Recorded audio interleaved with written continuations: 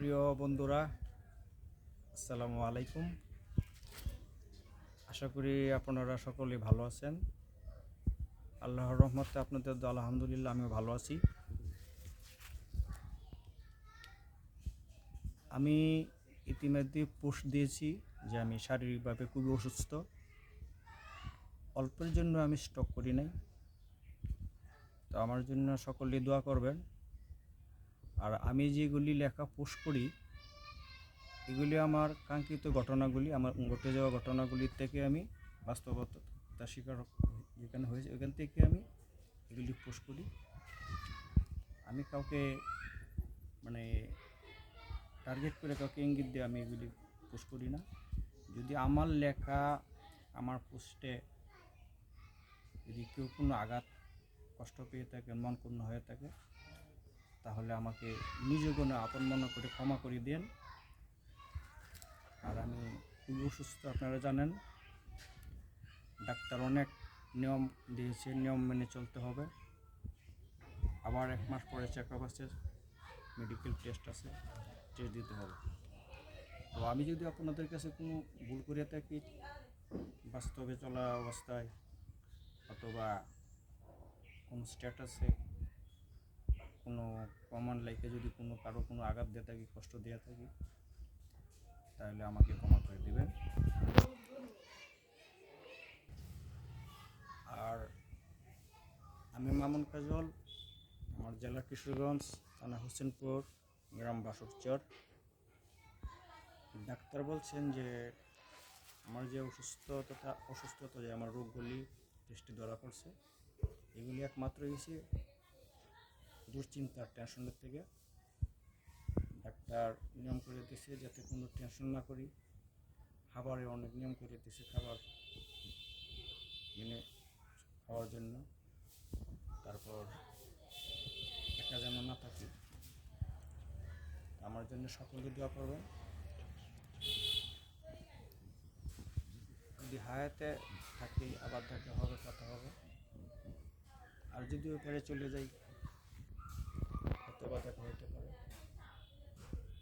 আমার ভুল ত্রুটিগুলি আপনারা মাফ করে দেবেন। আমি মামুন কাজল, আমার জেলা কিশোরগঞ্জ, থানা হোসেনপুর।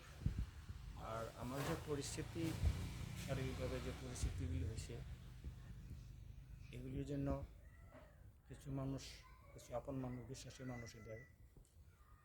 আমার স্বপ্ন ছিল যাদেরকে নিয়ে বাঁচার জন্য, যাদেরকে নিয়ে বাঁচবো, আগামী দিনগুলিতে হাসি খুশিতে কাটাবো, সুখে শান্তিতে কাটাবো, এদেরকে নিয়ে স্বপ্ন ছিল, যাকে নিয়ে স্বপ্ন ছিল, ওদের কারণে আজকে আমার এই অবস্থা।